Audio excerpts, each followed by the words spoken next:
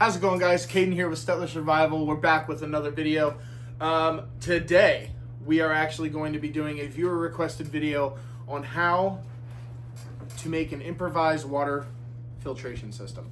So, I got some really dirty water here.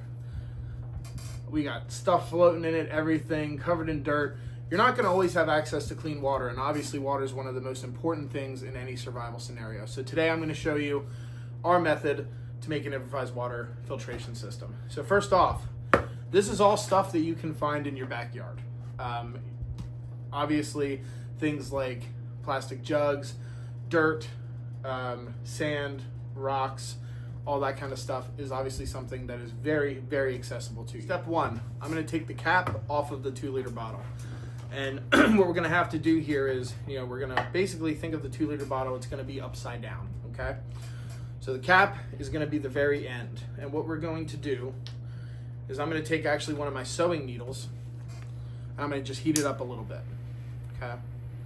Because we're going to want to be able to melt through this cap to make a series of little holes to be the very last step in our water filter. So I'm going to do it this way down through the opening because I want the water to flow out that way, and sometimes it can kind of prevent it if you do the little, the little plastic parts sticking out the other way. It can get in the way. All right, guys, so this is what you want your cap to look like after you got your holes in it. All right, guys, next step, we're going to take the 2-liter bottle, a pair of scissors, take a knife, whatever you need to cut. Now, I'm just going to make a cut right here at the end and then follow through and cut the whole bottom off.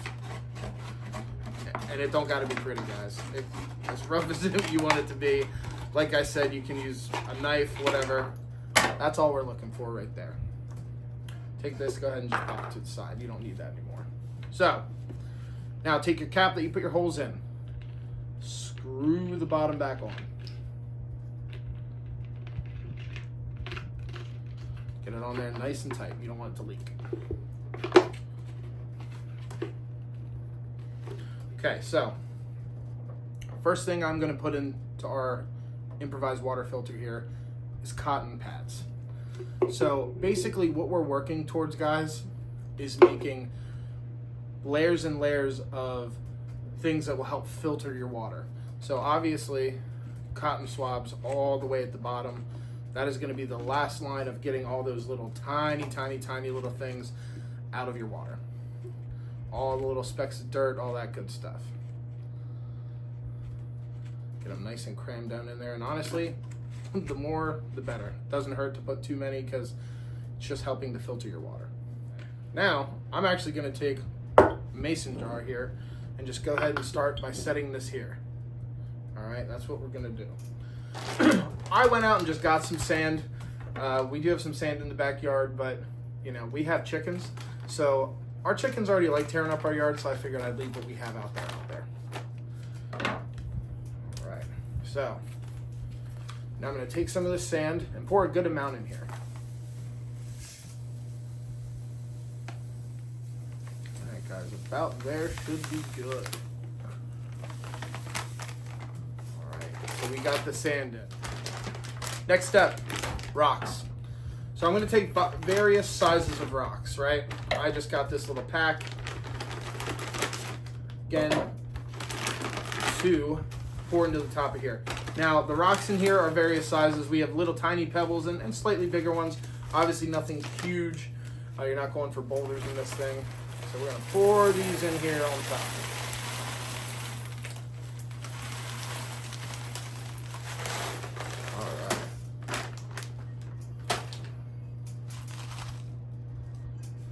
Now, guys, the last step of what we're putting on the very, very top, charcoal. Charcoal helps filter stuff in general. So I actually just went out to our campfire and grabbed some pieces of charcoal, and that is what is going to be the topmost layer of our improvised water filter. Go ahead and just pour that all in. Shake it, get it nice and even. And then my biggest pieces are going right up on the top. is we're just going to go ahead and pour everything right over top of there. All right. So, I'm excited to see how it does. Kelsey's sitting back here. Are you excited to see? Yeah. What do you think? You think it's going to work? I think so. I think it's going to work. I actually kind of know it's going to work. But here we go. We got our dirty, mucky water, dirt. And we're going to start. So what I will suggest to everybody is go slow. All right? It's not a race. Just go ahead and just by starting to pour all the stuff over top. As you can see, guys, it's filtering down through all the different layers. You see that? And if you actually look right here on the top, you can already see it working right from the top because stuff is already getting filtered out. It's working its way through.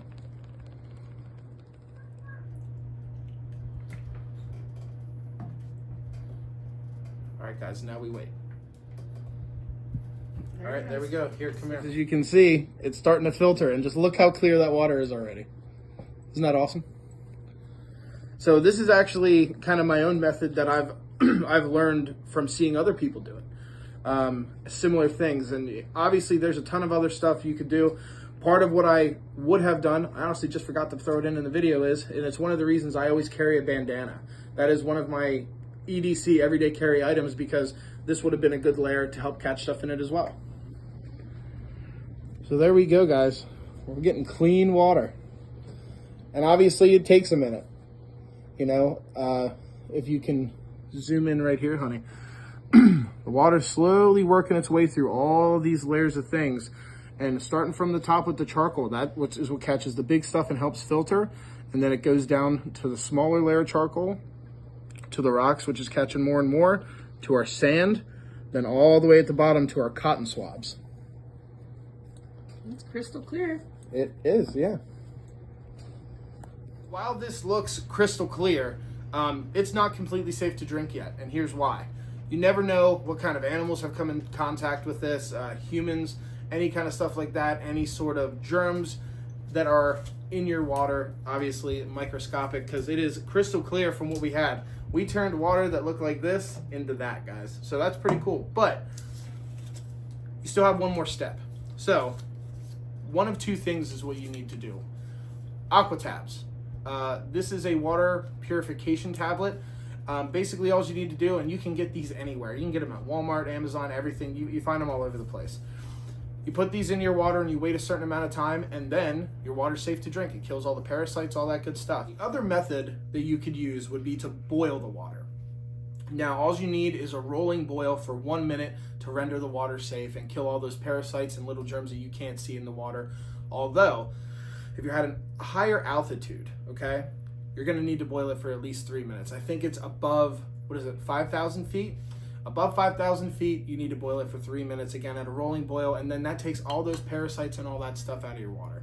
So, hope you guys enjoyed this. I think it's pretty awesome, guys. I don't know if you can see.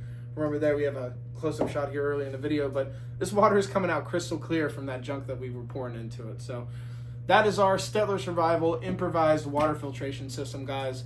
If you have more ideas of what you want to see, like I said, this was a viewer requested video. They wanted to see improvised water filtration, which is obviously a great survival skill to know, because you never know when you're going to come in contact with water that's not clean to drink, and you're not always going to have a life straw on you. As cool as those things are, and they're only good for how many sips or whatever they say, or gallons of water.